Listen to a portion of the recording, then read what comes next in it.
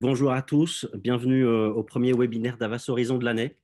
Nous sommes très heureux de vous voir connectés à cette session dédiée à un sujet majeur, la mobilisation des ressources internes en Afrique comme levier de croissance et d'inclusion économique. Aussi, nous souhaitions particulièrement remercier nos panélistes du jour qui, des quatre coins du monde, ont accepté de nous partager leur vision et de nous exposer les actions concrètes qu'ils mènent chacun à leur niveau pour répondre à ces défis. Rapidement, donc ce webinaire va comporter deux parties. Une première qui donnera la parole à nos panélistes durant 1 heure environ, et une seconde qui vous permettra d'engager un échange avec eux. Et pour plus de fluidité, vous pourrez poser vos questions à l'écrit dans la section Q&A en bas de votre écran, et notre modérateur les posera ensuite aux panélistes. Justement, et juste avant de commencer, je vais vous présenter donc notre modérateur de ce premier webinaire, Benoît Chevalier, senior banker au sein de Global Sovereign Advisory, qui enseigne à Sciences Po et à l'ESSEC. Benoît cumule une vingtaine d'années d'expérience dans le conseil économique et financier souverain, après avoir exercé plusieurs fonctions exécutives au sein de grands groupes privés ou d'institutions financières internationales comme la BAD notamment. Donc, merci à tous, je vous souhaite une très très bonne session. Benoît, la parole est à toi.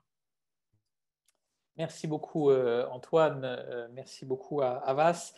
Je suis très heureux de vous accueillir cet après-midi donc pour notre débat consacré à la mobilisation des ressources internes en Afrique en qualité de levier de croissance donc, et d'inclusion économique. Alors, quand on parle de mobilisation de ressources domestiques, on va d'abord s'attacher à un petit peu de sémantique, c'est-à-dire à la définition de ces ressources internes. Donc, je vais prendre une définition qui a été soumise par l'African Economic Outlook il y a quelques années.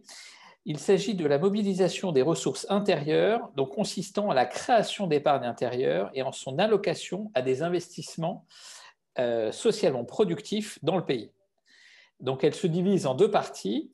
La part privée, qui concerne l'épargne publique intérieure, que le secteur financier, les banques, souvent canalisent vers l'investissement. Et la mobilisation des ressources publiques concerne justement cette épargne publique, l'excès de recettes de l'État par rapport aux dépenses courantes.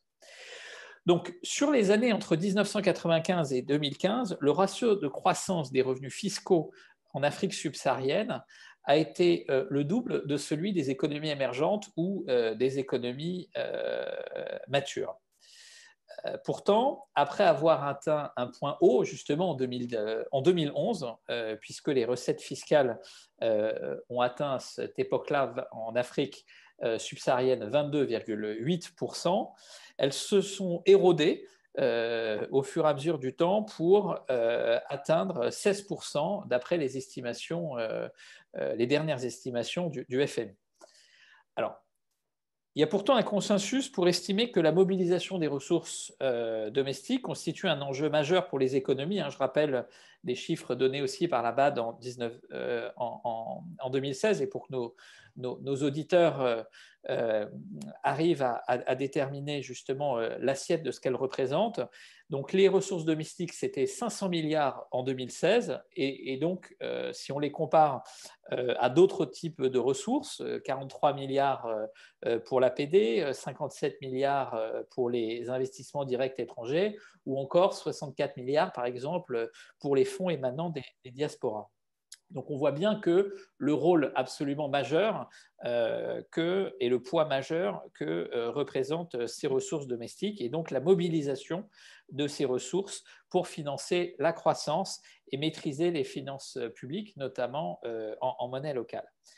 D'ailleurs, ce critère de mobilisation de ressources constitue lui-même l'un des critères des zones monétaires, puisqu'il s'agit, si je prends l'exemple de la zone UMOA, dans son article 8, du deuxième critère de second rang, précisant que le taux de pression fiscale doit être au moins égal ou supérieur à 20%. Donc, quand on parle de recettes domestiques, donc nous parlons tant d'impôts directs que d'impôts indirects, donc l'imposition sur les sociétés, l'imposition sur les revenus, l'imposition de taxes foncières, de la TVA ou de contributions. Donc, comment peut-on expliquer cette situation entre cet nécessaire besoin de mobilisation des ressources et cet décalage, en tout cas cette faiblesse qui a été constatée ces dernières années? Donc, est-ce que c'est une question d'assiette? Est-ce que c'est une question de taux? Quelles sont les bonnes stratégies pour générer de l'emploi et soutenir la croissance? On rappelle que notre titre, c'est d'une croissance, les ressources domestiques et la mobilisation de ces ressources domestiques pour favoriser une croissance inclusive. Quand on regarde les taux moyens, on voit que l'Afrique n'est pas nécessairement compétitive au sens où elle n'est pas agressive en termes de taux d'IS ou de taux d'IRPP. Si on prend l'IS par exemple, et nous allons y revenir, celui-ci se situe vraiment dans une moyenne tout à fait, j'allais dire, usuelle au niveau international. Donc, cette faiblesse des revenus n'est pas nécessairement imputable à une attractivité en tant que telle en matière de taux. Donc, ils sont plutôt nous orienter vers les assiettes et de nombreuses exemptions ou de subventions qui peuvent exister, que ce soit en matière de matières premières agricoles, non agricoles, dans les secteurs de l'énergie ou dans l'intégration de certains périmètres, en particulier d'entreprises publiques. En parallèle, un certain nombre de pays sont engagés aussi dans le développement de zones franches ou de zones économiques spéciales avec des succès variables. Et là, il sera très intéressant d'avoir parmi nous aussi donc le représentant du fonds souverain djiboutien, puisque pour non pas lui faire plaisir, mais pour citer une étude très récente du FDI Intelligence qui a estimé que la seule phase pilote, par exemple, du DIFTZ a permis d'augmenter le PIB du pays de 11%. Donc nous verrons justement comment cela a pu être effectué. Deuxièmement, donc, quelles sont les propositions pour changer de trajectoire? Évidemment, la pandémie a changé la donne. Elle bouscule fondamentalement tant les économies matures que les économies émergentes et celles du continent.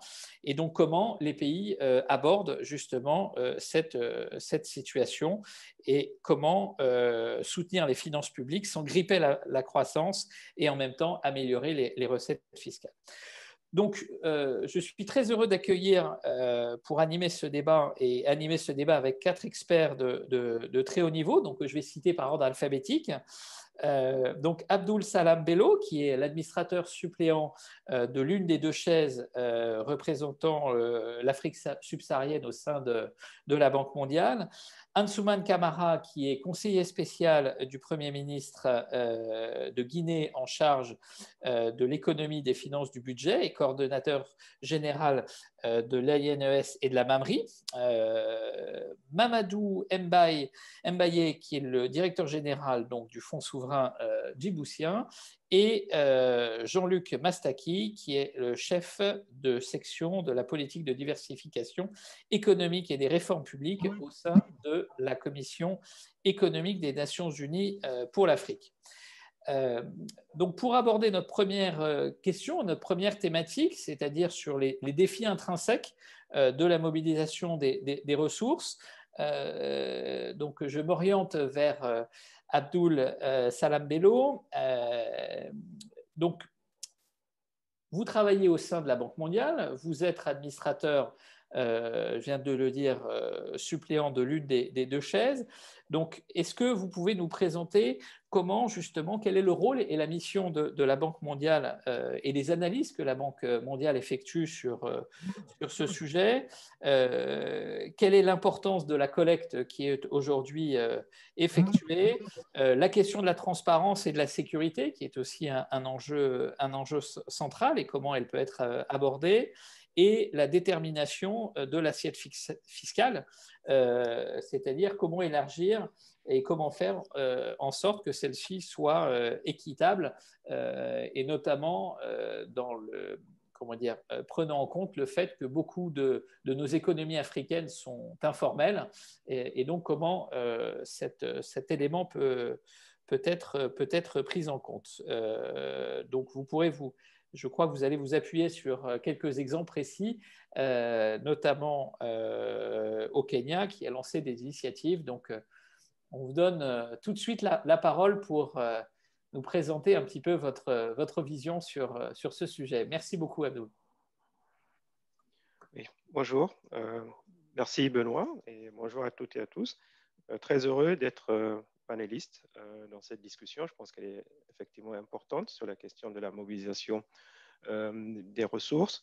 Avant d'aller dans le détail des questions posées par Benoît, effectivement, sur le rôle de la Banque mondiale, mais aussi le rôle des institutions internationales sur cet agenda, quelques éléments de contexte d'abord.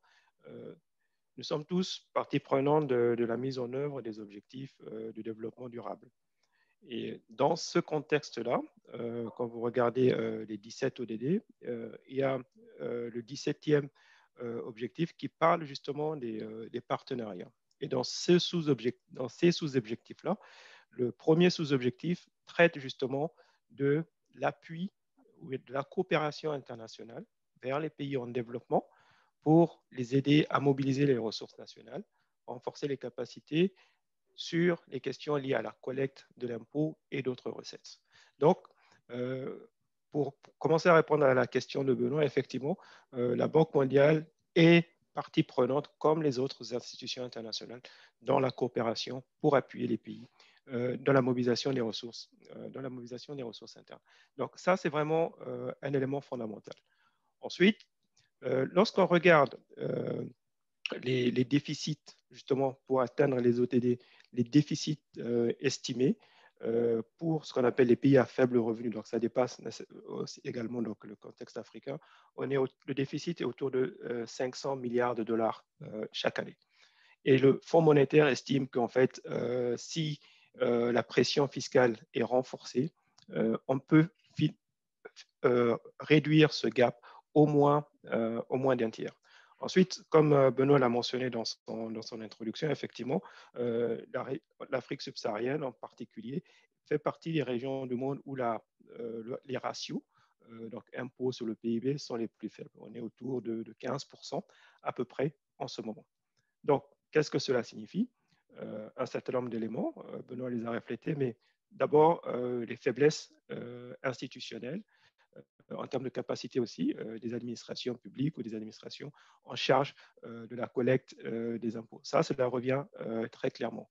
Mais ensuite, il y a des questions autour, comme vous l'avez mentionné, de l'assiette fiscale.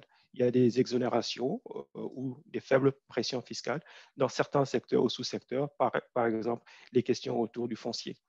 Dans certaines situations, vous avez aussi la structure même de certaines économies. Quand vous regardez, j'ai donné le cas de 15% sur les ratios impôts sur PIB, mais quand vous regardez sur l'Afrique subsaharienne, le spectre des ratios, on va de 6% à peu près pour le Nigeria à plus de 30% pour les Seychelles. Donc vraiment, le spectre aussi est assez large et ça montre aussi cette diversité des stratégies nationales. Ensuite, sur le rôle de la Banque mondiale stricto sensu, la Banque mondiale agit sur différents fronts, soit en tant que banque, donc dans la coopération bilatérale, en fait, la coopération entre la banque et le pays, ou dans le cadre de plateformes globales ou d'appui aux institutions régionales. Le portefeuille aujourd'hui, en mai 2019 plutôt, le portefeuille de la banque sur l'appui au pays dans la mobilisation de ressources était autour de près de 2 milliards de dollars, 1,8 milliard de dollars, sur un appui d'une centaine de pays à peu près.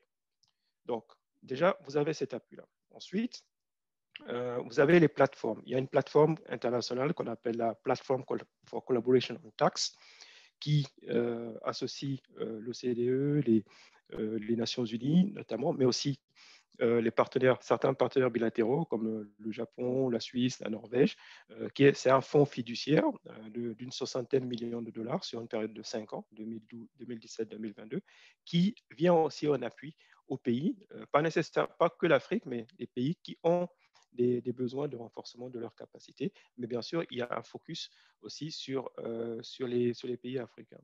Il y a aussi une coopération qui existe entre la Banque et le Fonds monétaire international, où il y a une division de rôles et de responsabilités, dans le sens où le FMI travaillera avec les pays pour les aider soit dans le diagnostic de la situation fiscale ou dans l'analyse des politiques fiscales, d'une part, avec des recommandations, et la banque appuiera. Donc ça, c'est la partie amont, on va dire. Et en aval, on aura aussi un appui de la Banque mondiale sur le financement, l'assistance technique, les projets à mettre en œuvre ou les réformes à mettre en œuvre par les pays dans cette configuration-là.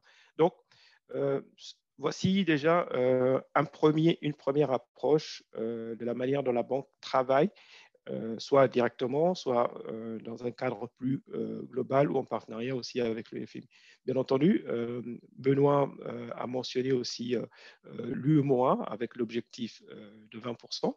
Lorsqu'on regarde les derniers chiffres sur les ratios, aucun des pays de l'UEMOA n'atteint ou ne dépasse ce ratio de 20%. Certains s'en rapprochent, par exemple le Togo, mais la majorité des pays de l'UEMOA ne sont pas à ce niveau-là. Je peux donner ensuite l'exemple du Togo. Comment est-ce que le Togo a fait pour atteindre, on va dire, ce taux. Mais toujours pour rester dans le cadre régional, il y a des appuis aussi, une coopération entre la banque, un dialogue ou une coopération entre la banque, l'UEMOA, mais aussi dans le cadre un peu plus large comme la communauté économique des États d'Afrique de l'Ouest.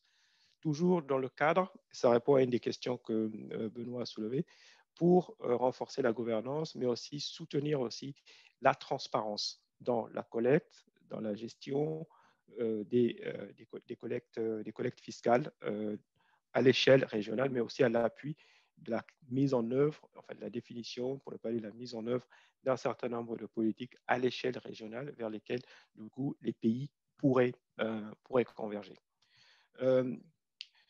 Sur les questions de sécurité, effectivement, la banque a une stratégie sur la fragilité. On appelle ça le FCV, fragilité, conflit et violence. Donc, il y a un focus que la banque a sur les pays qui sont dans ces situations de fragilité. Car à la fin de la journée, il y a un cercle vicieux, en fait. Et on l'a constaté avec un certain nombre de pays où, lorsque les pays sont dans une situation de fragilité, de paix et d'insécurité, l'affaiblissement de la structure de l'État conduit à la réduction de la collecte fiscale et qui conduit elle-même à la faiblesse de la réponse de l'État dans ces régions et qui conduit justement à la dégradation de la situation de sécurité. Donc, c'est une problématique fondamentale. Et la banque travaille aussi dans certaines situations pour aider les pays, soit à apporter une réponse dans certaines zones où ces questions de sécurité ou d'insécurité ont eu lieu ou à l'échelle même du pays. Je peux vous donner deux exemples autour de ces questions très rapidement, Benoît. Vous prenez peut-être trois même, si vous le permettez. Prenez un pays comme la Somalie. On connaît la situation en Somalie et la banque a commencé à travailler avec la Somalie depuis 2015 pour aider justement la Somalie à mettre en place une meilleure gouvernance, un meilleur soutien dans l'administration publique, mais aussi dans l'administration fiscale pour améliorer aussi, et ça c'est le contrat social, le suivi de la collecte fiscale par les contribuables. Donc une forme de contrat social. Et ce que l'on a constaté, en fait, en créant ce lien ou en recréant ce lien, qui s'était distendu du fait, pour les raisons que l'on connaît, on voit qu'entre 2013 et 2018, on a eu une augmentation de la collecte fiscale qui a quasiment doublé, qui a plus que doublé. On est passé de 75 millions de dollars en 2013, donc avant même l'arrivée de la coopération avec la banque, à 180 millions de dollars en 2018. Donc, cette question de transparence, de gouvernance et de contrat social, on voit qu'elle est importante dans ces questions, en particulier lorsqu'il s'agit des situations d'insécurité, de fragilité et autres. Deux autres éléments rapidement. Je parlais du Togo. Togo, j'ai mentionné qu'il fait partie des meilleurs en termes de performance sur la collecte aujourd'hui. Mais ce que le Togo a fait, on regarde les chiffres en 2010 et les chiffres en 2018. En 2010, le Togo était en dessous de la moyenne africaine. Donc, sur les 8 années qui ont suivi, le Togo a mis en place une série de réformes. Ils ont rationalisé les coûts de transaction en ramenant toutes les administrations publiques en charge de la collecte fiscale sous une seule structure qu'on appelle l'Office togolais des recettes. Et ça, c'est depuis 2014. Ils ont mis en place un système pour informatiser ces administrations-là, dans le cadre de la collecte fiscale, et mis en place des mesures pour lutter contre la fraude fiscale. Donc, il n'y a pas de secret, si je puis dire. Ils ont mis aussi en place des numéros d'identification fiscale qui visent, et des opérations qui visent aussi à réduire les exonérations fiscales, dont parlait Benoît dans son introduction. Et donc, ces réformes ont amené justement le Togo vraiment à renforcer, à être plus performant sur ces questions-là. Troisième exemple que je voulais donner, c'est, je ne veux pas nécessairement parler du Kenya, mais je veux parler du cas, par exemple, de la RDC, République démocratique du Congo. Vous prenez une région du Congo qui est le Kivu, le Nord Kivu en fait. Donc là, c'est vraiment à l'échelle provinciale. Donc, on n'est plus au niveau macro, vraiment à l'échelle provinciale. La banque a apporté un soutien, la Banque mondiale, un soutien dans cette région-là, du Nord Kivu, pour aider la région à établir donc, un registre, travailler sur la communication, donc encore une fois, le contrat social, sensibilisation, mais aussi renforcer les capacités de déplacement des agents de collecte d'impôts. Et qu'est-ce qu'on a constaté? C'est que entre 2014 et 2017, donc une période de 3 ans, nous avons vu une augmentation de la collecte fiscale d'autour de 70%. Et cette augmentation, en fait, a permis ensuite à la région à financer sur son propre budget une série d'activités, d'investissements, notamment sur les infrastructures, qu'elles soient physiques, sociales, routes, santé et éducation. Donc, vous voyez, on peut créer aussi un cercle vertueux dans des situations où le cercle avait vocation, on va dire, à être vicieux. Donc, ce sont ces points que je voulais mentionner. Sur l'élargissement, effectivement, de l'assiette, je pense qu'il y a effectivement des poches qu'il faut exploiter, mais il y a aussi la question de l'informatisation. Effectivement, les pays d'Afrique de l'Est, vous avez parlé du Kenya, utilisent aujourd'hui beaucoup d'instruments basés sur la téléphonie mobile, sur l'identification unique et sur la capacité pour les individus de payer directement l'impôt sur la base de l'Internet, du téléphone, et ce qui réduit aussi les coûts de transaction d'une part, et puis qui permet de renforcer l'efficacité, je dirais, des structures de collecte d'impôts. D'autres zones à considérer éventuellement, on voit aussi une disparité, mais il y a les questions autour de la TVA au niveau de certains pays, il y a certaines disparités. Vous avez des pays aussi où, quand on regarde en fait la distribution, comme je mentionnais, des pays où le ratio est le plus faible, en général, ce sont les pays aussi dont les économies sont basées sur ce qu'on appelle en anglais les commodities. C'est vraiment les économies basées sur les rentes, soit minières, pétrolières ou gazières, et qui justement ne contribuent pas nécessairement à cet élargissement de l'assiette fiscale. D'autres éléments aussi, je dirais, à considérer, c'est vraiment les flux financiers illicites. Quand vous regardez le dernier rapport de la CNUSED, il montre très bien que les flux financiers illicites, en fait, sur l'Afrique subsaharienne, sont autour aujourd'hui de 90 milliards de dollars. Et toujours dans cette étude, l'estimation qu'ils font justement des besoins, en fait, du gap annuel pour le financement du développement, sur l'Afrique subsaharienne, ils estiment ce gap de 200 milliards de dollars. Donc, on est presque à la moitié de ce gap lié justement à ces flux financiers illicites. Benoît a parlé des impôts sur les sociétés, c'est important, mais derrière les impôts sur les sociétés, il y a aussi beaucoup d'exonérations que certaines sociétés, notamment beaucoup de multinationales, ont et dont bénéficient un certain nombre de multinationales, pour être précis, et qui sont autant aussi de manques à gagner pour l'État.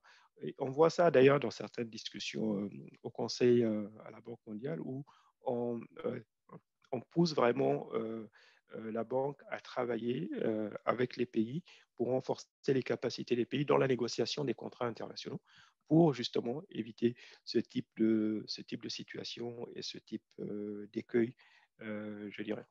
Je pense que si je peux ajouter peut-être un tout dernier point sur l'informatisation, pour montrer à quel point c'est important et fondamental, je peux donner un dernier cas, notamment c'est la Sierra Leone, et ensuite on termine. La Sierra Leone a mis en place en fait un système d'automatisation de son système de gestion de données douanières en fait. C'était en janvier 2019. Et vraiment l'impact, on voit que cet impact a été vraiment très substantiel dans la mesure où en fait la mise en place de ce système, je dis bien on est en janvier 2019, donc sur le premier trimestre 2019, donc on va dire jusqu'à fin mars 2019, le recouvrement des recettes a doublé par rapport à la même période l'année précédente. Donc, je pense que je veux dire que l'informatisation est vraiment, en plus bien sûr des réformes, de l'élargissement, est vraiment une dimension importante dans cet exercice. Voilà, merci. Vous êtes en mute. Pardon. Merci beaucoup, Abdoul, pour cette présentation extrêmement intéressante et exhaustive et mettant en effet l'accent sur le diagnostic et sur des solutions. Donc, je vais tout de suite vers notre deuxième panéliste, donc Ansouman Camara, donc, qui est, je rappelle, conseiller spécial auprès du Premier ministre de Guinée, en charge Conakry, en charge de l'économie, des finances et du budget. Donc, vous avez une expérience et un rôle qui est particulièrement intéressant. Donc, cette fois, on va définir concrètement la mise en œuvre. Ça a été d'ailleurs rappelé par notre panéliste précédent. Tous les pays sont distincts, donc il y a des règles aussi spécifiques pour chacun d'entre eux. Donc, est-ce que vous pouvez nous parler des missions et des ambitions donc de la MAMRI et de l'ANIES, donc ces deux structures que vous coordonnez en vue d'une meilleure mobilisation des recettes du pays, et donc les enseignements que vous avez pu en tirer et nous livrer un petit peu vos propres réflexions. Merci beaucoup, Ansouman. Merci, Benoît. Bonjour à tous. Merci beaucoup. Merci de me permettre d'expliquer ici ce que nous sommes en train de faire en Guinée. Et après le très riche exposé d'Abdoul Salam Bello, comme lui, je pense d'abord qu'il faut mettre les choses en perspective. C'est-à-dire qu'en fait, la problématique de la mobilisation des ressources internes, effectivement, est indissociable d'un contexte beaucoup plus large. Mais je vais d'abord commencer par expliquer quel est l'état de la mobilisation des ressources internes dans un pays comme la Guinée. La Guinée est en dessous de la moyenne de l'Afrique subsaharienne, qui est aujourd'hui autour de 16-18% de PIB. La Guinée a un niveau de collecte des recettes fiscales d'environ 13%. Ce niveau est inférieur de 2 points au niveau préconisé par l'OCDE pour que les États soient en capacité d'assurer les missions les plus essentielles qui fondent même leur existence. Il est encore en dessous, si vous voulez, du niveau de 20% recommandé par la conférence d'Addis Abeba sur le financement du développement, il est beaucoup plus en dessous de niveau de pays, on va dire, comme la France, où on est autour de 44-45%. Ce contexte-là est accentué par on va dire une sorte de spécificité de l'économie guinéenne. Comme vous le savez, la Guinée est un pays minier. C'est aujourd'hui le deuxième plus important producteur de bauxite au monde. La bauxite, c'est ce qui vous donne l'aluminium. La Guinée se trouve entre l'Australie, qui est première, et la Chine, qui est troisième. La Guinée dispose des plus importantes réserves mondiales, les plus importantes réserves mondiales de bauxite au monde. Les plus importantes réserves non encore exploitées de minerais de fer. Donc, ça vous donne une certaine idée de la richesse du pays, mis en parallèle avec un contexte de dynamisme économique. Alors, je préfère dire dynamisme économique, comme disent les Anglais, on paper, parce qu'effectivement, c'est on paper seulement. Vous avez des indicateurs macroéconomiques dont la stabilité est relevée et saluée par des institutions comme la Banque mondiale et le Fonds monétaire international. Vous avez une croissance robuste et stable, autour de 6%. Je crois qu'en 2016, c'était même 10,2% de croissance. Vous avez un secteur minier qui est particulièrement dynamique, avec entre 2016 et 2021 un niveau d'investissement autour de 5-6 milliards de dollars.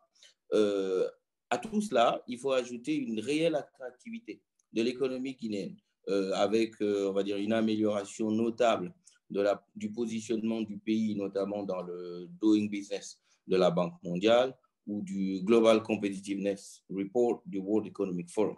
Mais en contrepartie, vous savez, en mars 2019, j'ai rencontré le président Adesina à la BAD et il a dit quelque chose que je trouve très intéressant. Il a dit la croissance économique ne se mange pas. Et c'est vrai, elle ne se mange pas. C'est vrai pour la Guinée, c'est vrai pour d'autres pays. Elle ne nourrit pas les Guinéens. Je pense que ce qui intéresse les populations de Guinée, comme d'ailleurs en Afrique, c'est plutôt d'être en capacité d'envoyer les enfants à l'école, de se soigner et de se nourrir. C'est pour ça que je trouvais que le thème de ce webinaire était particulièrement intéressant, parce qu'il ne s'agit pas de mobiliser les ressources pour mobiliser les ressources. Il s'agit de mobiliser les ressources pour essayer, en fait, de rendre la croissance économique plus inclusive. Rendre la croissance économique plus inclusive, qu'est-ce que ça veut dire? C'est-à-dire qu'il faut établir un lien très clair entre le dynamisme de l'économie et l'amélioration concrète de la situation des populations. Et cela, il faut le relever, ce n'est pas une spécificité guinéenne que d'avoir une croissance non inclusive. Aujourd'hui, si vous regardez, 6 des 10 économies les plus dynamiques au monde sont africaines. Et le problème que vous retrouvez en Guinée, vous êtes susceptible de le retrouver dans à peu près la plupart des pays en Afrique. Alors, le gouvernement guinéen, encore une fois, on va pas. Je suis d'accord avec Abdul Salam Bello quand il dit qu'en fait, il n'y a pas de solution miracle. C'est-à-dire qu'en fait, il y a ce qu'on appelle dans le jargon a policy framework. C'est-à-dire qu'en fait, il y a une base en termes de conception de politique publique qui est à peu près la même pour toutes les économies africaines. À cela, il faut ajouter des spécificités techniques pour faciliter le déploiement des politiques publiques en tenant compte du contexte X ou Y des pays donnés. Voilà. En Guinée, il y a 2 ans, il y a eu un nouveau Premier ministre, il y a 2 ans et demi, qui a axé son discours de politique générale sur principalement 2 enjeux. L'inclusion économique et sociale et la mise en œuvre de ce qu'il a appelé une véritable révolution fiscale. Pour mener à bien ces 2 gros chantiers, 2 instruments spécifiques ont été créés. Vous avez la MAMRI, vous l'avez dit Benoît, qui est la mission d'appui à la mobilisation des ressources internes, et l'ANIES, qui est l'Agence nationale d'inclusion économique et sociale.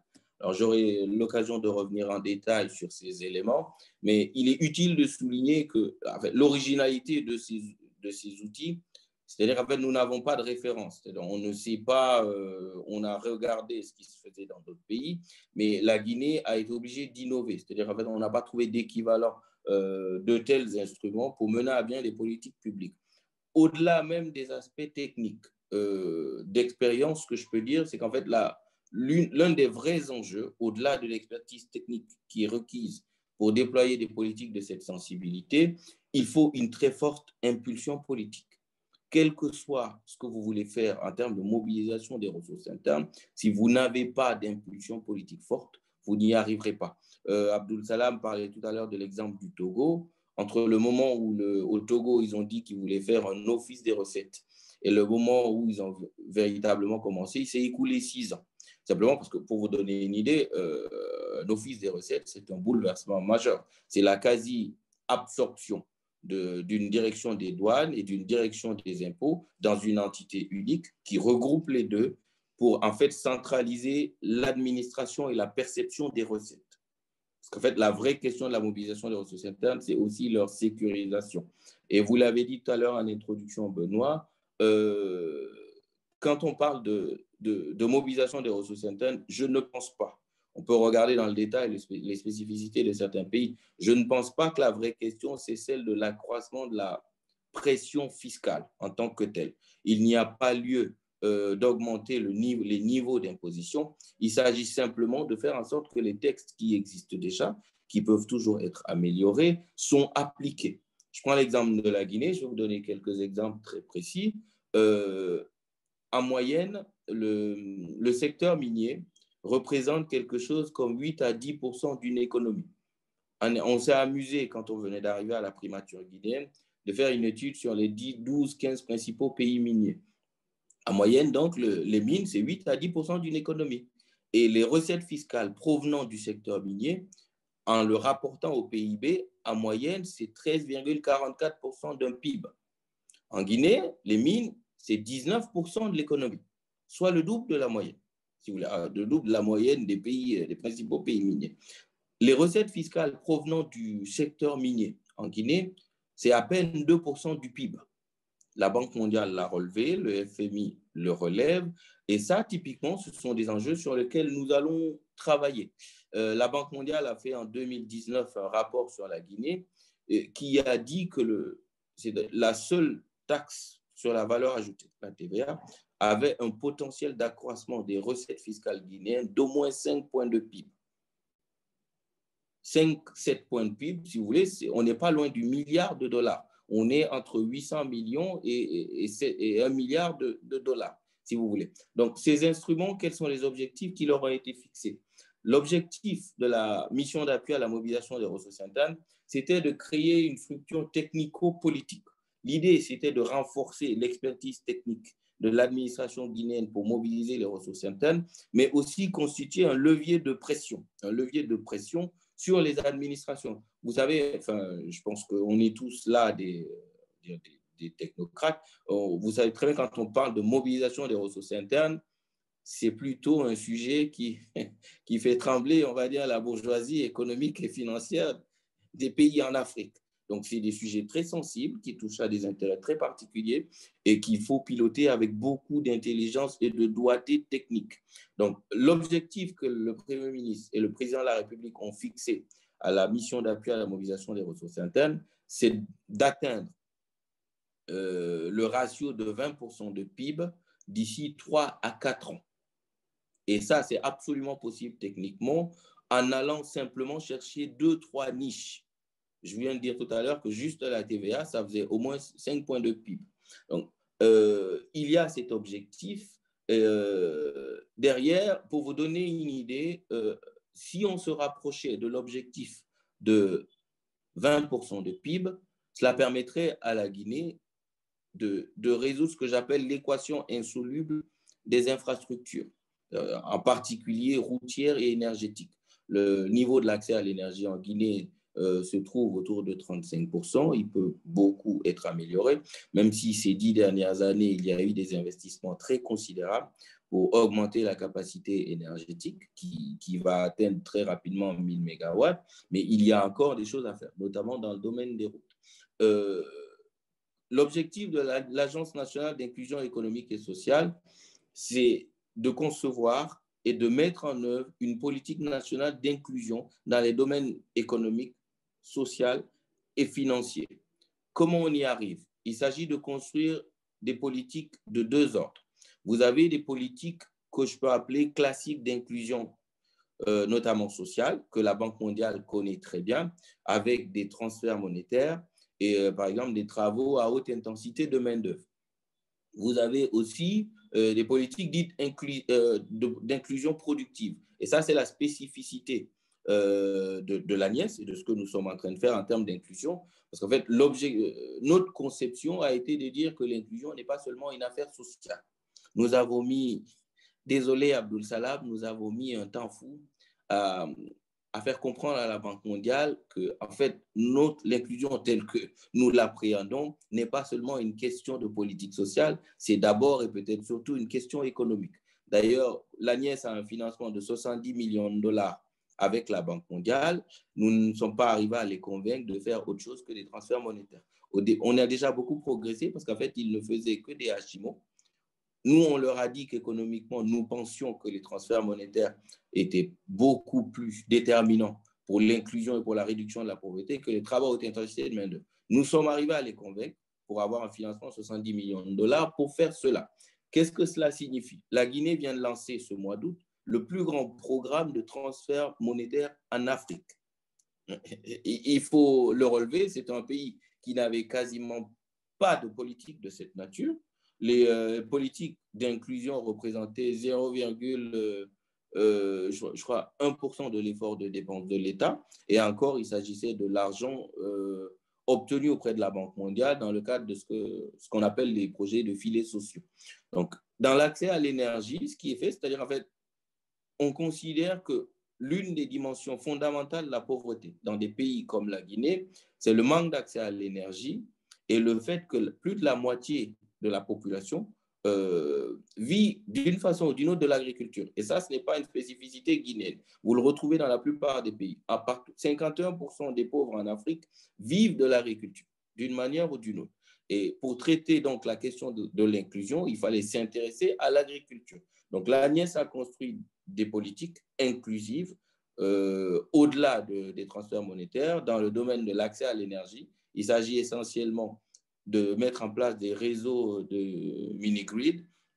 Vous avez un appui dans l'agriculture à travers les familles que nous avons déjà identifiées et vous avez aussi une aide à l'entrepreneuriat. Alors, comment y arriver? C'est vrai qu'il y a en 2 ans, la Guinée est arrivée à mobiliser pour cette question de l'inclusion à peu près 227 millions de dollars, y compris le financement national. C'est beaucoup d'argent, mais c'est encore trop peu.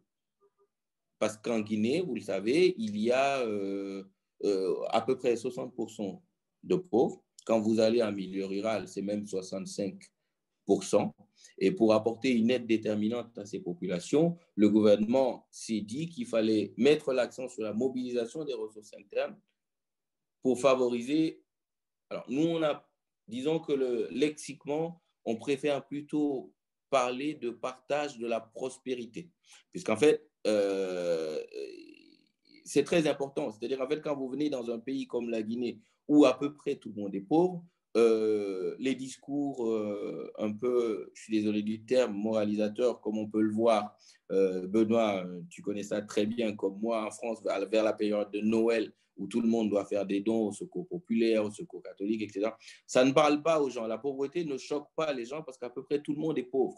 Mais quand vous expliquez aux gens qu'il s'agit de partager la prospérité, vous emportez leur conviction parce qu'ils savent que l'économie croît, ils l'entendent partout, ils voient le boom du secteur minier. Le segment qui manque, c'est la redistribution. Et c'est ce que le gouvernement guinéen est en train de faire. Alors, pour revenir à la question de la mobilisation, la mission d'appui à la mobilisation des ressources internes a ouvert 5 grands chantiers. 5 ou 6 grands chantiers. Le premier de ces chantiers, c'est un TADAT, un Tax Administration Diagnostic Assessment Tool. C'est un bilan de santé d'un système d'administration fiscale. C'est une initiative multi-bailleur dont le secrétariat permanent est au Fonds monétaire international. Le TADAT démarre en Guinée le 16 février. Nous le préparons depuis 1 an. À peu près tous les bailleurs sont impliqués dans son financement, y compris la Banque mondiale, le FMI et la Banque africaine de développement. Il y a aussi la coopération française via de l'argent de l'Union européenne. Nous avons lancé un appel d'offres qui est en cours d'achèvement pour la digitalisation. Il s'agit de moderniser les administrations économiques et financières. Je pense qu'il y a dans la digitalisation des systèmes de perception des recettes un potentiel d'accroissement des recettes fiscales considérable. Donc, d'ici, on va dire l'été, nous devrions disposer d'un schéma directeur informatique pour la digitalisation du système de perception des recettes publiques. Il y a aussi une réflexion qui est en train d'être conduite à son terme et c'était même, je dois le dire, l'une des raisons d'être de la création de la MAMRI. C'est l'opportunité de créer en Guinée un office des recettes. Donc, on va regarder dans le détail. La Banque africaine de développement est au courant. Nous échangeons avec eux là-dessus. Nous allons regarder si ce modèle peut être pertinent, sachant qu'en fait, il y a toujours une opposition, vous savez, entre le modèle anglo-saxon de l'Office des recettes et le modèle francophone que nous avons aussi, avec une distinction entre les douanes, les impôts et les recettes non fiscales. Donc ça, c'est des choses que nous sommes en train de regarder dans le détail. Nous n'avons aucune religion. Si c'est l'Office des recettes qui est pertinent, je pense que c'est cette voie que les pouvoirs publics devront prendre après une validation politique. Vous avez une autre étude sur il y a un lien là avec ce qui se passe à Djibouti, dont mon collègue panéliste parlera tout à l'heure, qui concerne l'optimisation des politiques financières de l'État. Je vous donne mobiliser des ressources internes, ce n'est pas seulement les impôts. C'est pour ça que le mot ressources a pour moi beaucoup plus d'importance que celui de recettes. En fait, les recettes, on est toujours dans la dimension fiscale de la problématique. Alors que quand vous parlez de ressources, vous allez au-delà de la question fiscale et vous vous intéressez notamment à la dépense. En Guinée, les recettes, le peu de recettes, on va dire, qui est collecté, une bonne partie de ces recettes sont utilisées pour l'endettement public et la politique de subventionnement à l'énergie, en plus de la masse salariale. Donc, il y a lieu de regarder dans le détail comment on peut optimiser ces politiques, réduire de façon intelligente, comme ont pu le faire des pays comme l'Indonésie, par exemple, qui a pu réduire de 75% en 2-3 ans sans aucune tension sociale sa politique de subventionnement au secteur de l'énergie. Ça, c'est des choses qu'il faut qu'on regarde. L'endettement, avec notamment une redéfinition de la politique on va dire, de la stratégie par laquelle l'État s'endette, je veux dire, notamment auprès du marché intérieur, puisque cela étouffe l'économie. Ça, c'est des choses que nous sommes en train de regarder dans le détail. Et il y a enfin un chantier qui est quasiment en train d'arriver à son bout, en tout cas du premier segment, qui est celui de la mise en place d'un système de finances locales en Guinée. Encore, pour dire les choses clairement, la plupart des économies africaines se ressemblent. Il y a quelques détails qui peuvent changer, mais les basics sont les mêmes. En Guinée, la très nette part des recettes fiscales provient de Conakry, la capitale. Vous allez au Rwanda, je crois que 94 ou 96% des recettes fiscales sont tirées de Kigali, seule la ville de Kigali. Donc, en fait, ça, c'est des choses qu'il faut qu'on regarde. Il s'agit, dans tous les cas, d'élargir l'assiette et non d'étouffer l'économie en augmentant les taux de pression fiscale. Tout ça, si vous voulez, je pense que dans les questions-réponses, on aura le temps de revenir sur les détails. Je ne voudrais pas être trop long. Donc, c'est tout un tas de choses que nous avons lancées de manière totalement expérimentale, puisque les initiatives dont je viens de parler n'ont pas d'équivalent en Afrique. D'ailleurs, on a eu beaucoup de problèmes pour convaincre on va dire, les partenaires traditionnels comme la Banque mondiale, le FMI, qui n'aiment pas beaucoup le risque et qui ne s'engagent pas dans des choses qu'ils ne connaissent pas. Et pour leur dire, parce que la vraie difficulté, c'est qu'on n'avait pas de référence. On allait voir la Banque mondiale, on leur a dit, on a ça, on veut 100 millions de dollars. Ils nous ont dit, bah non, vous aurez 25. On a commencé à discuter techniquement. Au bout de 18 mois, on a eu 70. Donc, je pense qu'en fait, on est d'accord pour partager les expériences avec les autres. Mais ce que je veux dire en conclusion, c'est qu'en fait, il faut toujours que quand on parle de mobilisation des recettes internes, de ressources internes, qu'on y associe immédiatement la question du partage de la prospérité. Ces deux choses sont indissociables et mobiliser les ressources internes, pour moi, c'est quelque chose de beaucoup plus large. ça contient notamment la lutte contre la corruption. Faut pas, Abdou Salam Bello en a parlé tout à l'heure, il ne faut pas le nier. C'est une réalité dans des économies africaines. Mobiliser les ressources, pour moi, c'est les rendre disponibles. Les rendre disponibles, c'est faire rentrer l'argent et s'assurer qu'il va là où il doit aller et qu'il ne sort que pour les bonnes raisons. En conclusion, c'est ce que je voudrais dire. Très bien. Je pense que pendant la période des questions, on verra la suite. Merci beaucoup Ansouman pour cet exposé, ce partage d'expériences extrêmement riche et diversifié. En effet, on reviendra sur quelques exemples. Alors, pour laisser justement un tout petit peu de temps aux questions, je vais tout de suite me retourner vers notre troisième intervenant, à savoir M. Mamadou Mbaye, donc, qui est le directeur général du Fonds souverain de Djibouti, qui a été créé assez récemment. Alors, Djibouti, justement, c'est un acteur qui est connu pour aussi, d'ailleurs, avoir un certain nombre de zones franches. Donc là, il y a une action qui a été entreprise à travers la création de ce fonds.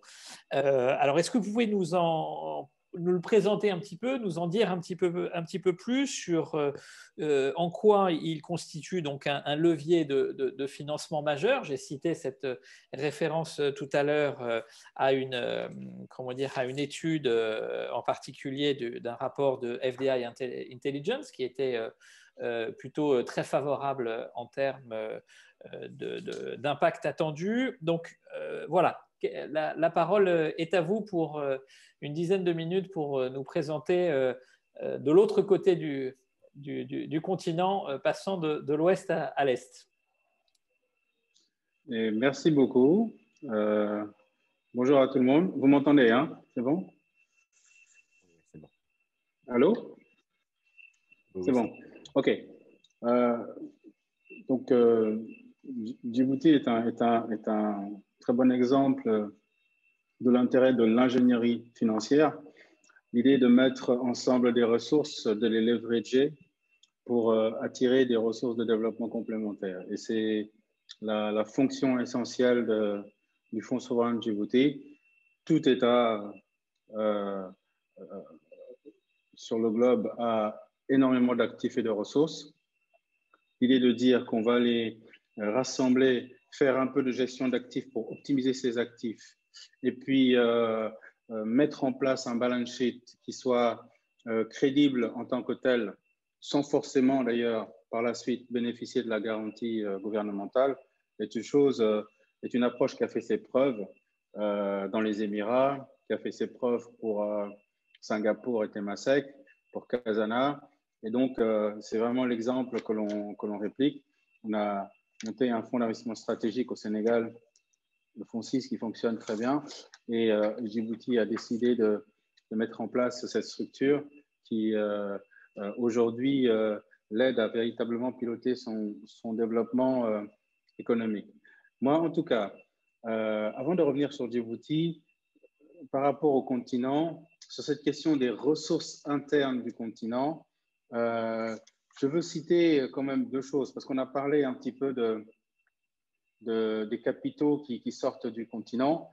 Il y a quelques estimations sur ces éléments-là, mais au-delà des ressources qui sortent du continent, on peut parler aussi des ressources qui sont dans le continent. Et on va revenir sur les capitaux qui sortent. Mais dans les ressources qui sont sur le continent, il y a déjà, si on peut estimer un peu les actifs entre les mains du privé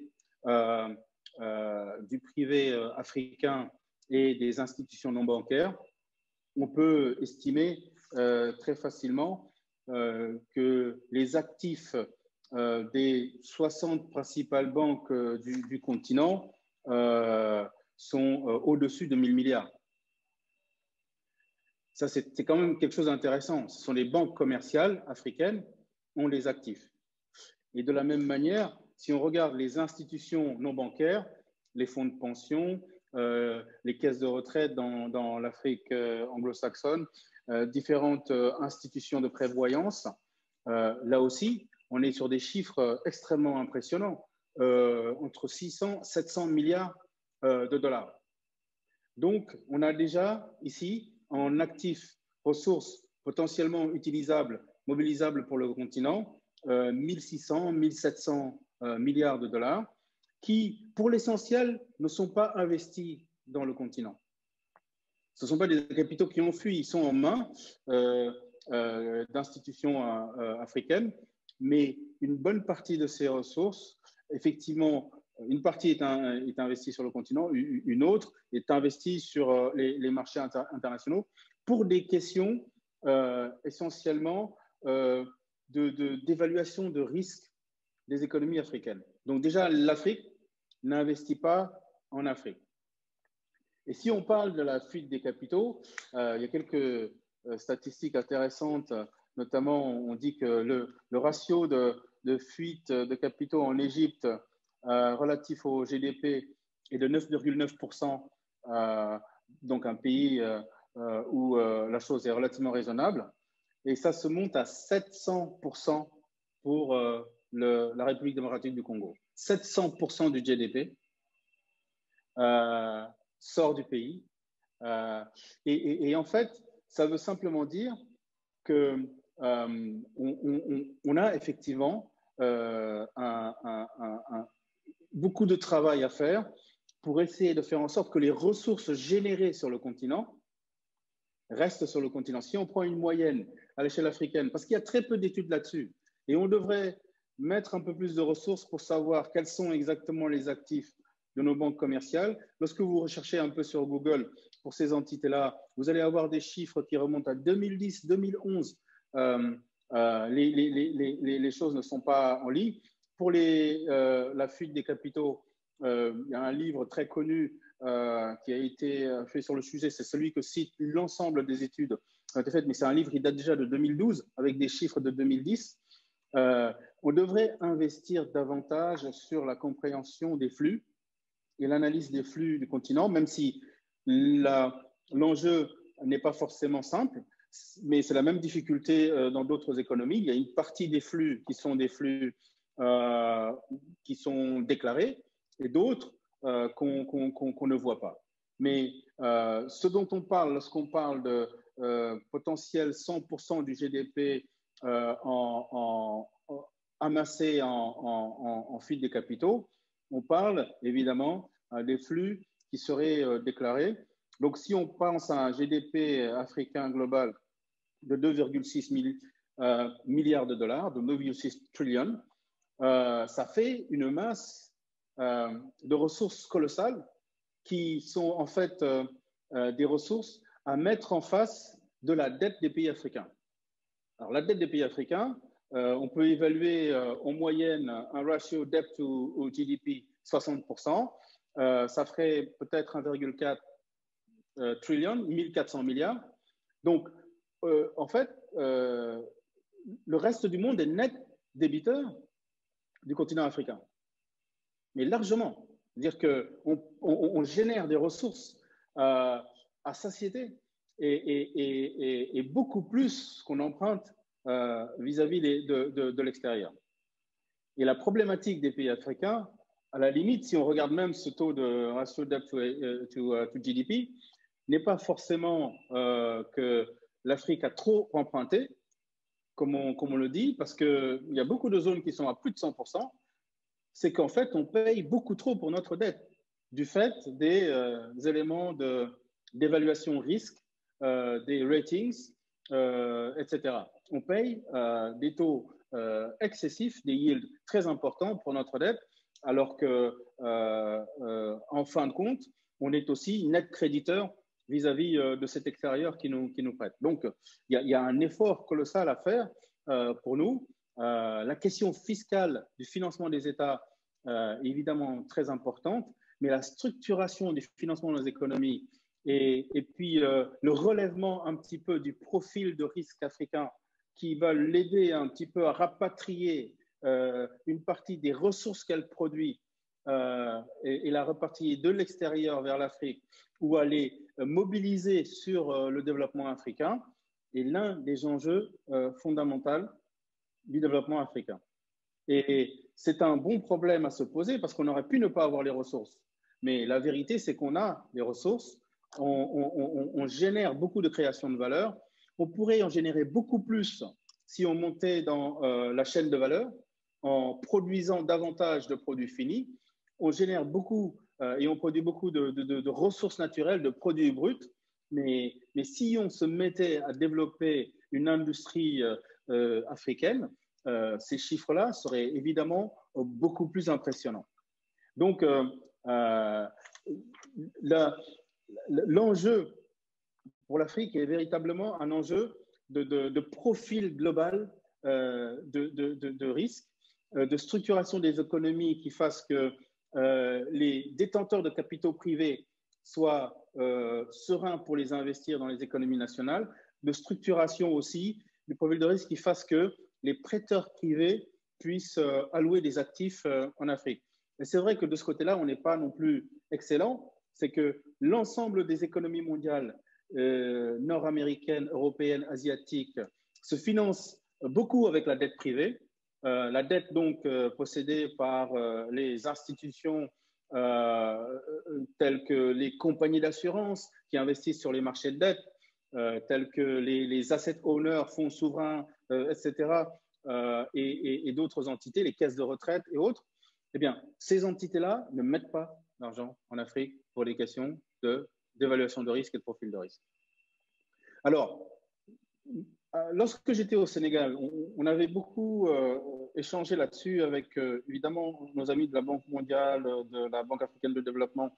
Et nous, souvent, ce qu'on leur disait, c'était que ce qui serait intéressant pour nous, c'est d'utiliser le rating de ces organisations multilatérales pour potentiellement rehausser le crédit de certains projets, de certaines institutions, parce que dans le domaine du rating international, qui est une institution en tant que telle et qui est utilisée par les marchés financiers pour évaluer le risque, il y a un phénomène qu'on appelle le sovereign rating, le sovereign ceiling, c'est-à-dire que lorsqu'un pays a un rating, aucune institution nationale n'a un rating supérieur à ce pays, ce qui fait du sens. Le problème, c'est que la plupart des souverains en Afrique n'ont pas de très bons ratings et que la meilleure stratégie, parfois pour les pays africains, est de ne pas aller chercher de rating de façon à ne pas pénaliser les institutions bien structurées au niveau national et de voir aussi qu'il peut y avoir des alternatives ou des comparatifs alternatifs aux souverains. Ce sont les entités multilatérales africaines qui, elles, ont des ratings plus intéressants que les États. Et du coup, comment pourrions-nous leverager le balance sheet de ces institutions, que ce soit, bon, évidemment, la Banque mondiale qui n'est pas stricto sensu africain, la Banque africaine de développement, d'autres banques régionales qui ont de bons ratings, parfois bien meilleurs que ceux des États. Comment peut-on leverager leur balance sheet? La meilleure manière, c'est qu'ils garantissent une partie des structures, des projets de financement, de manière à ce qu'on puisse attirer de l'argent africain d'une manière structurée, mais aussi du financement international, parce que ces garanties-là vont faire que l'évaluation en termes de risque va nous faire monter vers un niveau acceptable, typiquement investment grade, pour que légalement, les caisses de retraite, les fonds de pension, les assureurs puissent regarder ces actifs et investir dessus. On a véritablement une problématique fondamentale sur ces points-là. Et c'est vrai qu'on a besoin un peu d'ingénierie financière au niveau africain pour d'abord investir dans la connaissance des économies du continent, investir dans la réflexion. Lorsque vous voyez aussi des études qui sont pour l'essentiel menées à l'extérieur du continent, on doit solliciter un peu nos universitaires, nos instituts démographiques, nos acteurs privés, les États aussi, qui doivent investir dans la connaissance vraiment détaillée de leurs économies, des acteurs nationaux, de façon à ce qu'on ait des chiffres qui nous permettent réellement d'évaluer les problèmes. Et ça, ce n'est pas vraiment le cas en Afrique, honnêtement. Et puis ensuite, de mettre en place une stratégie qui va nous permettre de réellement mobiliser les ressources africaines pour le développement africain, hein, et être en mesure de mobiliser les ressources privées internationales aussi pour le développement africain. Et cela va énormément soutenir les États en termes de revenus fiscaux parce que là où il y a du développement économique, même si une partie des économies n'est pas structurée, n'est pas formelle ou n'est pas complètement surveillée, là où il y a du développement économique, il y a création d'emplois, augmentation des recettes fiscales, réduction du problème social et mise à niveau ou développement d'une classe moyenne qui va soutenir l'effort de structuration gouvernementale. Donc, voilà en quelques mots, en tout cas, des éléments de réflexion qu'il était, je crois, important pour moi vis-à-vis de ces éléments en termes de perception du risque africain, important de citer. Et c'est vrai qu'on est sur tous ces schémas de réflexion au niveau du Djibouti. Comment faire pour financer le développement industriel du pays similaire à ce qu'on doit, à quoi on doit faire face au niveau international ou au niveau africain pour financer le développement économique du continent, développement économique qui se fait attendre. Il faut avoir accès à la dette. Comment structurer cette dette de manière à ce qu'elle soit acceptable pour les prêteurs? Est-ce que, par exemple, des initiatives d'asset-backed lending, des initiatives de rehaussement de crédit peuvent être utilisées? Quel type d'ingénierie financière il nous faut faire aujourd'hui au niveau international pour rehausser le profil de l'Afrique et faire en sorte d'être enfin dans les flux d'investissement internationaux? Voilà un enjeu qui est véritablement très important et qui nous permettra de changer la donne. Très bien, merci beaucoup Mamadou pour cet éclairage un petit peu différent, très ciblé aussi sur les marchés financiers. D'ailleurs, par rapport à ce qui a été dit, elle touche, comment dire, cet investissement finalement africain hors d'Afrique touche aussi à des règles prudentielles. On pourrait y revenir peut-être dans les questions-réponses et peut-être également Abdoul pourra revenir sur les instruments que les institutions financières ont mis en œuvre pour justement atténuer ce risque en matière de rating. La BAD, par exemple, l'a mise en place en 2012 à travers la Partial Risk Guarantee, la PRG, ou la Credit Risk Guarantee, qui a permis notamment des opérations de financement de swap dans le cadre des émissions obligataires. Mais gardons tout ça pour les questions. Je me tourne maintenant vers notre dernier interlocuteur. Donc, Jean-Luc Mastaki, donc vous travaillez au sein de l'UNECA, donc la Commission des économies économiques des Nations Unies pour l'Afrique. Alors, on va faire le lien avec le secteur privé. Donc, d'après vous, quelles sont les différentes sources justement de financement? Alors, au regard, il y a déjà beaucoup de choses qui ont été dites précédemment par nos interlocuteurs, nos autres panélistes. Mais voilà, quelle est votre appréciation à l'aune de tout ce qui a été dit et comment percevez-vous ce lien à la fois aussi entre croissance et mobilisation des ressources domestiques? Jean-Luc, à vous. Très bien, merci Benoît. Il est très intéressant et à la fois amusant de suivre ce débat et d'être le dernier à intervenir parce qu'en fin de compte, on a l'impression que tout a été dit. Je voudrais ajouter 2 ou 3 choses à ce débat. La première chose, c'est que l'Afrique est actrice engagée solidement vers les objectifs de développement durable qui ont été portés par ce qu'on a appelé l'agenda africain, où les Africains ont défini ce qu'ils veulent. Et au-delà de cela, il existe tout un agenda, l'agenda 2063 de l'Union africaine, où les Africains appellent à une transformation structurelle de ces économies-là, pour que nous puissions finalement avoir non seulement une croissance quantitative, mais une croissance qui améliore les conditions de vie des gens. Un de mes prédécesseurs a parlé de croissance et bien-être on ne paie pas, pour qu'on aille au-delà de toutes ces choses-là. Et il est établi aujourd'hui que cette transformation structurelle exige des ressources financières importantes. Et le financement reste le premier goulot d'étranglement dans le processus de transformation structurelle de l'Afrique. Par exemple, il est établi aujourd'hui qu'il va falloir 11% de PIB de l'Afrique sur 10 ans si le continent doit atteindre les objectifs de développement durable en 2030. Il est aussi établi une autre vérité que de fonds publics, que le financement extérieur à eux ne sauront pas porter cette ambition-là. Première conclusion, il faut donc rentrer vers les sources non exploitées ou négligées qui sont les sources internes généralement. Ces sources internes vont au-delà du public. Tous les débats, jusque-là, j'ai aimé les bonnes réflexions d'Abdoul Salam sur les réformes fiscales, sur l'élargissement de l'assiette, sur la fiscalité des pans des économies africaines qui y échappent jusque-là, mais aussi la nécessité de réduire ces exclusions à l'impôt que sont les exonérations fiscales, les réduire, les annuler, je ne dirais pas, mais rationaliser les exonérations fiscales pour qu'en fin de compte, les budgets de l'État soient bien approvisionnés.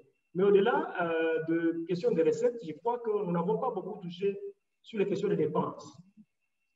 L'efficience de la dépense publique permet évidemment de bien utiliser les recettes publiques et de dégager des ressources supplémentaires.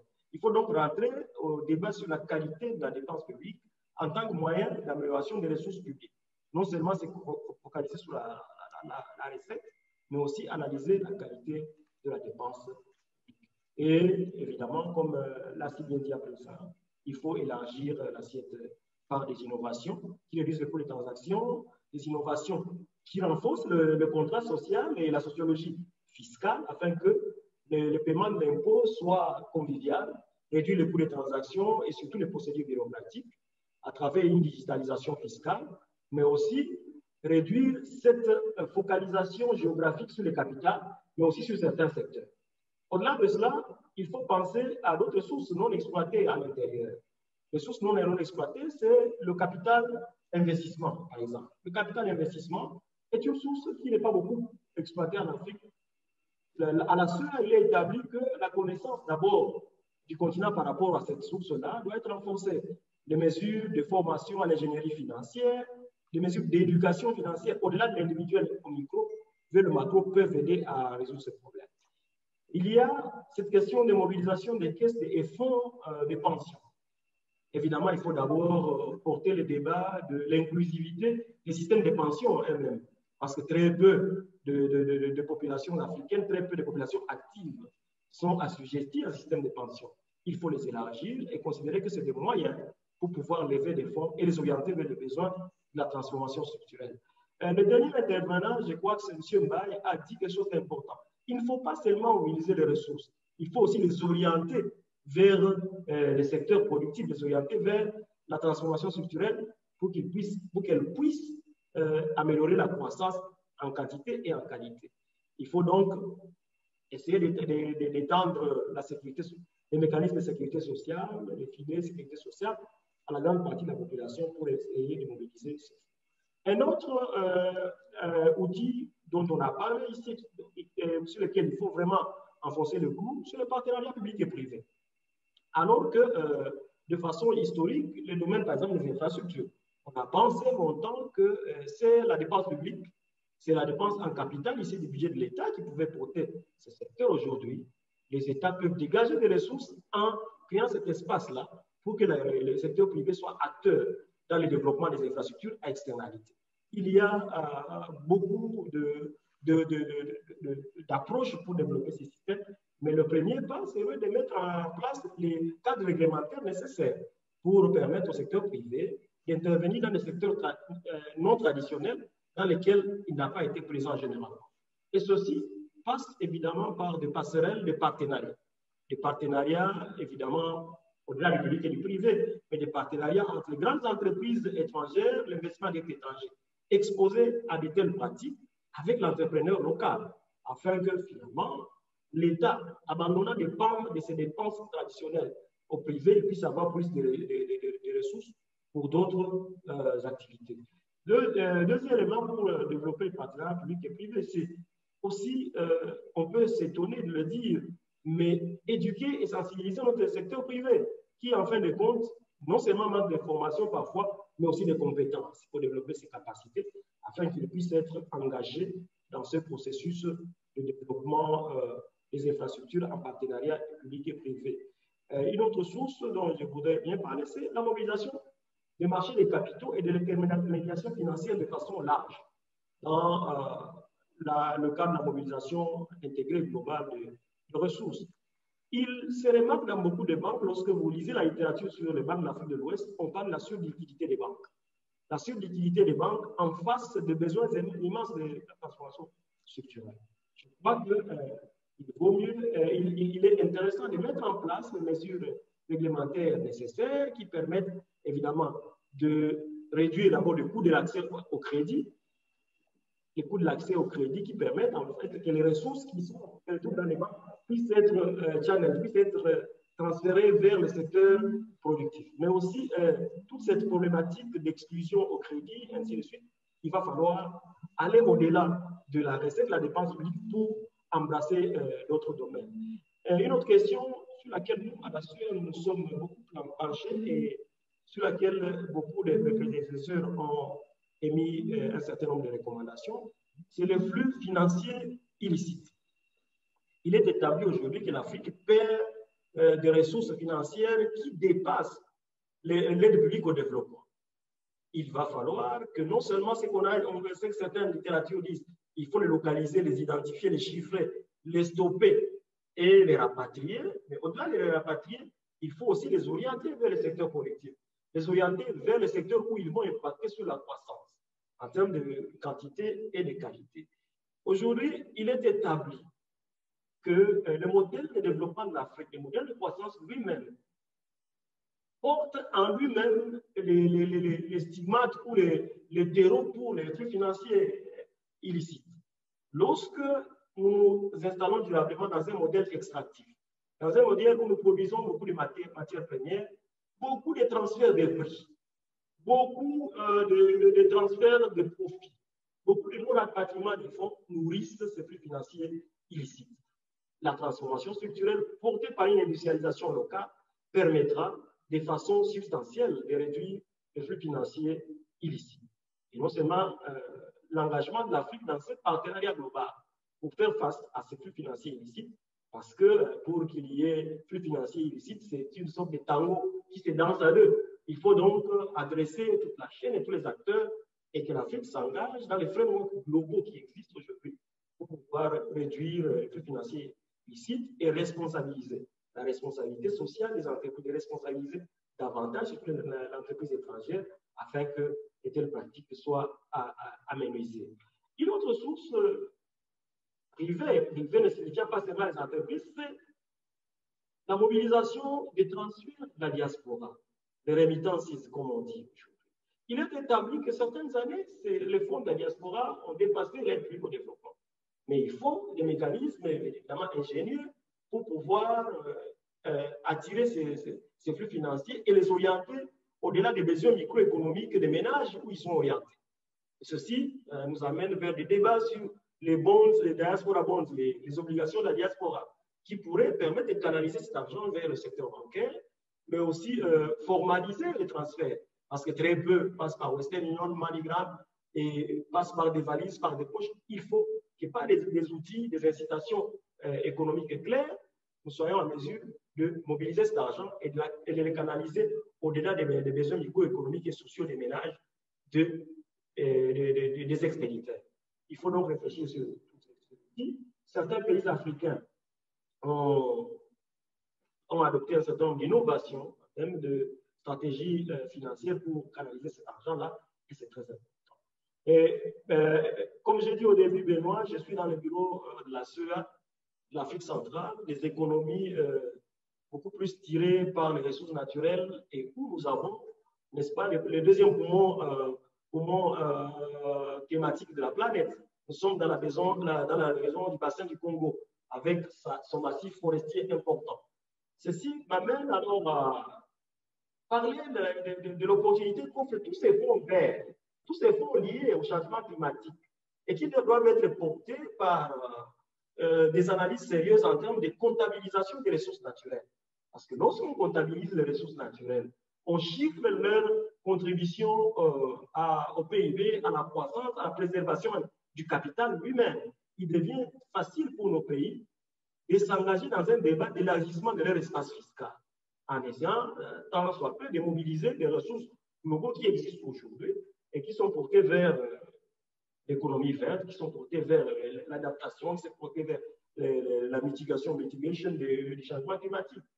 Cet ensemble de fonds verts peut constituer un apport majeur dans l'amélioration des recettes publiques de nos États, surtout les États de l'Afrique centrale. Mais il faut d'abord, comme je dis, les capacités pour cerner le volume, le flux, la contribution de cette économie verte, de la préservation de cette forêt équatoriale, de la planète, de cette économie bleue, de cette économie grise et tout ça. Comment mobiliser tout ça pour élargir l'espace fiscal et porter des nouveaux arguments dans le débat sur le financement des économies de l'Afrique centrale et de l'Afrique en général. Je crois que de façon transversale, les questions de capacité se posent. Et nous, à la CEA, à travers l'IDEP, nous avons proposé un certain nombre de formations. Des formations au cadre gérant les finances publiques, les banques, et ainsi de suite, sur la mobilisation des ressources domestiques. Comme l'a si bien dit M. Camara, je crois, la problématique de l'ingénierie financière pose problème. Renforcer les capacités des cadres pour qu'ils puissent être en mesure de comprendre la diversité et l'intégration, le caractère intégré de ces fonds. En fin de compte, je veux dire que lorsqu'on parle de sources de financement internes, on ne devrait pas vraiment toujours les opposer aux sources externes, dans une sorte de dichotomie, opposition entre les deux. Il y a cette complémentarité sur laquelle on devrait insister. L'Afrique a dit qu'elle veut que son développement soit porté par des fonds fiables, des fonds prédictibles, qui sont des fonds internes, mais pour lesquels les fonds externes doivent servir d'appoint. Il y a donc lieu de renforcer la responsabilisation de fonds extérieurs dans la création des fonds internes. Et donc, le débat devrait être beaucoup plus en termes de système intégré de financement. Ici, chez nous, aux Nations Unies, nous parlons Integrated Financing Framework, où chaque source, chaque poste a un rôle à jouer, mais beaucoup plus à long terme pour consolider la capacité du continent à mobiliser les ressources domestiques. Je crois que... Jean-Luc, je vois qu'il nous reste 5 minutes et on n'a pas, voilà, on va laisser un tout petit peu de temps quand même sur les 2-3 questions. Si je peux juste demander, voilà, la petite phrase de conclusion, pardon de presser un peu, mais voilà, notre timing tourne. Ma conclusion serait tout simplement de concevoir un modèle intégré où chaque poste a un rôle à jouer pour renforcer la souveraineté et aussi la capacité du continent à porter son développement par des financements propres. Merci beaucoup Jean-Luc. Merci à tous pour ces exposés extrêmement riches. Je crois que notre dérapage du temps aussi l'illustre. Juste un point avant de passer aux questions. Il a été cité notamment la concentration des ressources dans les capitales, la digitalisation.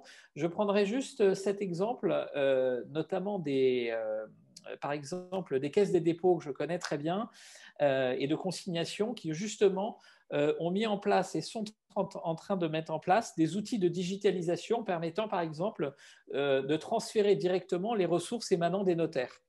Et donc là, on voit bien l'intérêt que ce type d'initiative apporte, puisqu'elle permet à la fois de dépasser les frontières, j'allais dire physiques, et donc pas lier, on va dire, des capacités, par exemple, d'une présence publique ou des capacités d'investissement, mais elle permet de toucher justement d'autres lieux plus reculés, pas simplement les capitales. Deuxièmement, cette digitalisation permet aussi de sécuriser les financements, et donc là, et d'asseoir une transparence. Et donc, on voit bien aussi que ce sont des initiatives et des nouvelles initiatives qui peuvent être très porteuses pour l'avenir. Alors, je vais directement aux questions. Donc, il y en a une qui porte sur est-ce que le taux de recouvrement finalement trop haut ne risque-t-il pas de limiter l'émergence de nouvelles entreprises? Bon, je crois qu'on a apporté une réponse à cette question à travers en particulier l'intervention d'Ansuman Camara, hein, qui a apporté une réponse assez claire à cette question, qui en effet, la pression fiscale n'est pas et n'est sans doute pas la bonne réponse pour accroître, et donc indirectement, en effet, ce n'est pas la bonne réponse. Alors j'aimerais justement retourner vers Ansuman sur la deuxième question qui porte sur comment les États devraient s'assurer que la maximisation des ressources internes mobilisées n'exerce pas la vulnérabilité. Donc, autrement dit, est-ce qu'il faut faire aussi une différenciation entre, oui, à une mobilisation des ressources et une pression fiscale, mais celle-ci n'a pas nécessairement lieu d'être exercée partout et pour tout le monde de la même manière pour tenir compte justement des vulnérabilités. Peut-être juste en une minute ou deux, Ansouman, avant de passer à notre troisième question et essayer de respecter le timing qui nous est alloué. Merci beaucoup. Merci. Oui, tout à fait. Merci de cette question à laquelle je m'attendais effectivement. Comme j'ai dit tout à l'heure, la vraie question, c'est mobiliser pour redistribuer.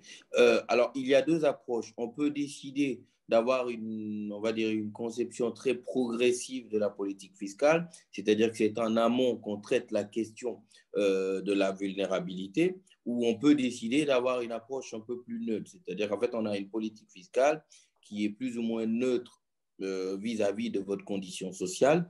Et après, les ressources qui sont collectées font l'objet d'une redistribution. Je vais prendre un exemple très concret. Par exemple, celui du secteur minier. L'une des réflexions qu'on a pu avoir ici à la primature, quand on a créé l'Agence nationale d'inclusion économique et sociale, c'était de réfléchir à un moyen de lier, on va dire politiquement et techniquement, le boom minier avec le partage de la prospérité.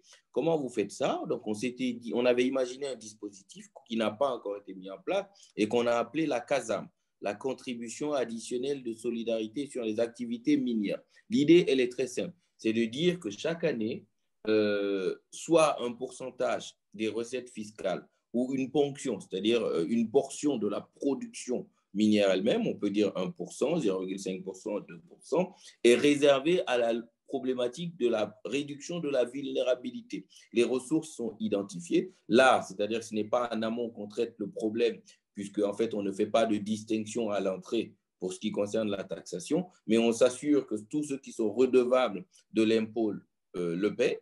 Et une fois que les ressources sont collectées et sécurisées, elles font l'objet d'une redistribution à travers des politiques qu'on identifie, comme dans le cadre de l'ANIES, par exemple, dans une logique d'inclusion. Très bien, merci beaucoup pour cette, en effet, réponse extrêmement claire et précise. Une autre question qui porte sur les cadres macroéconomiques actuels, donc ils sont orientés exclusivement vers la croissance économique non inclusive, hein. On l'a dit, qui ne tiennent pas compte de vrais objectifs, notamment politiques ou de réduction des inégalités sociales. Alors j'aimerais me retourner vers Mamadou Mdaye. Et quelle est finalement l'ambition concrète du Fonds souverain à Djibouti en matière d'impact social et d'inclusivité des populations locales? Pour prendre un exemple, j'allais dire, à la fois concret et opérationnel. Merci Benoît pour cette question. La question du développement inclusif et d'actualité dans l'ensemble des pays africains qui croît ces 10 dernières années de manière très impressionnante, avec en parallèle une augmentation de la dette publique, sans qu'on voit réellement sur les 10 années passées un développement un petit peu significatif des classes moyennes, une réduction de la pauvreté et une réduction du chômage. Donc se pose effectivement la question de la nature de la croissance que nous organisons sur le continent et Djibouti ne fait pas exception. Le pays a connu ces 20 dernières années d'ailleurs une croissance significative, très très impressionnante, qui s'est soldée par des réalisations sur le plan des infrastructures, notamment portuaires, vraiment de premier plan. Mais la demande sociale reste une réalité. Et de la même manière, la question du chômage, surtout le chômage des jeunes, est une problématique très importante. Donc le Fonds a mis ses objectifs de création d'emplois et de création de valeur comme des objectifs de premier ordre, de premier plan dans son plan de développement. Et nous favorisons véritablement priorisons les projets qui investissent dans le pays, créent de l'emploi et sont des projets qui permettent de garder la valeur. Et typiquement, il y a un secteur dans lequel on peut faire ce travail de manière structurée, c'est le secteur financier local. Vous savez, à chaque fois qu'on a un prêt international, à chaque fois qu'on a un financement venant d'un organisme international dans un pays, on délocalise une partie du revenu financier du projet parce que les taux d'intérêt, les intérêts de la dette sont payés à l'étranger. Et comment mobiliser le secteur bancaire local sur le financement des projets locaux, c'est une réflexion qu'on a ici à Djibouti avec la participation du gouverneur de la Banque centrale de Djibouti qui est vraiment très attentif sur ces questions. Et effectivement, on essaie de faire en sorte de financer les projets de façon à ce qu'une partie de la rentabilité de ces projets, qui est en fait le coût financier de ces projets, soit perçu par l'économie locale. Donc ça, c'est un point, de manière aussi à ne pas fragiliser le secteur bancaire qui est pourvoyeur d'emplois, mais surtout, on essaie d'appuyer et de favoriser les opérateurs privés, le secteur privé local qui doit se développer, parce qu'on est dans un pays, à l'image de beaucoup de ses consoeurs et confrères africains, qui est un petit peu piloté par la demande publique. Donc, développer le secteur privé est une chose importante. On appuie des initiatives dans ce domaine de manière très systématique. Et puis, surtout, on essaie véritablement de faire en sorte que le développement qu'on organise soit un développement ressenti par les populations en termes de création d'emplois, en termes d'impact social. C'est vraiment un focus qui nous a été fixé dans la stratégie de permettre de répondre à la demande sociale. Évidemment, un objectif de second ordre ou de deuxième rideau et de participer au développement régional de la Corne de l'Afrique, mais le focus initial est véritablement l'économie nationale pour répondre à la demande sociale. Très bien, merci beaucoup Mamadou pour cette réaction et ces éclairages. Bon, il y avait une dernière question, mais qui me semble a été traitée, qui portait sur la nécessité, ou en tout cas l'intérêt d'optimiser la gouvernance des ressources mobilisables, notamment à travers la lutte contre les flux illicites de capitaux que Jean-Luc Mastaki a évoqué, ainsi que l'optimisation des collectes auprès de grandes entreprises et des multilatérales, point qui a été également abordé. Alors, comme je vois qu'on a déjà dépassé de 5 minutes, mais ce qui est le thème montrant tout l'intérêt porté à ce débat, j'aimerais, pour conclure, remercier chaleureusement Havas ainsi que nos 4 intervenants, donc Abdul Salam Bello, Ansouman Kamara, Mamadou Mbaye, Jean-Luc Mastaki et tous nos auditeurs. Et très bonne journée, fin de journée, puisque nous avons à peu près quasiment tous les fuseaux horaires parmi nos intervenants. Merci beaucoup à tous et à très bientôt. Au revoir.